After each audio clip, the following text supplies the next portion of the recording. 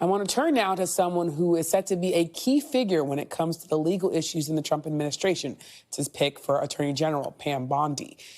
Trump suggested to Christian Walker that he plans to give the former Florida Attorney General a lot of leeway in terms of how she runs the Department of Justice and whether she prosecutes his perceived political enemies. That brings us to the next installment of our series, Meet the Cabinet. Here's NBC News campaign embed, Alex Tabet. Pam Bondi has been like a rocket ship. She's very popular and very good and very fair. President-elect Donald Trump has chosen former Florida AG Pam Bondi as his pick for Attorney General. Born in Tampa, Bondi studied criminal justice at the University of Florida and got her law degree from Stetson University. Then she'd spent more than 18 years as a public prosecutor before diving into politics. And in 2010, Bondi was elected as Florida's first female Attorney General. The next Attorney General of Florida, Pam Bondi. As Florida's AG, Bondi was a key figure in the fight against Obamacare. She led a failed effort to overturn the Affordable Care Act, which went before the Supreme Court in 2012. We still believe it's unconstitutional. It is such an overreach by the federal government.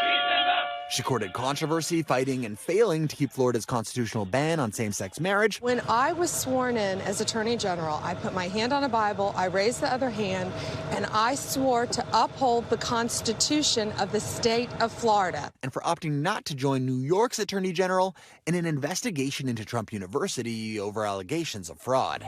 At Trump University, we teach success. That's what it's all about. That ultimately led to a $25 million settlement for Trump University students. A Trump loyalist from the start, Bondi spoke at the 2016 Republican National Convention, attacking Hillary Clinton. Lock her up, I love that. She was on Trump's transition team in 2016 as speculation swirled she might be joining his first cabinet. Well, I'm very happy being Attorney General of the state of Florida right now. She served as the chair of the America First Policy Institute, a conservative think tank that laid the groundwork for a second Trump administration, and is one of Trump's defense lawyers during his first impeachment. This is all about one phone call that President Trump had with President Zelensky. The transcript was released, and they have not charged, I've got to be really clear here, they have not charged the president with any crime. Bondi was among a group of Republicans who appeared at a Manhattan courthouse in solidarity with Trump during his hush money trial. I've never seen anything like this. A judge is supposed to be a neutral arbiter of facts.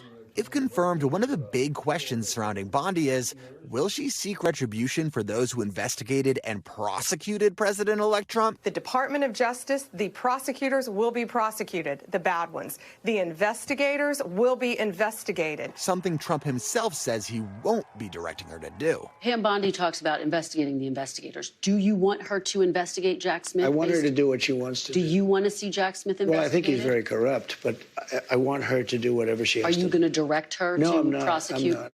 After the 2020 election, Bondi was one of the loudest Trump allies in echoing the president-elect's baseless claims of a stolen election.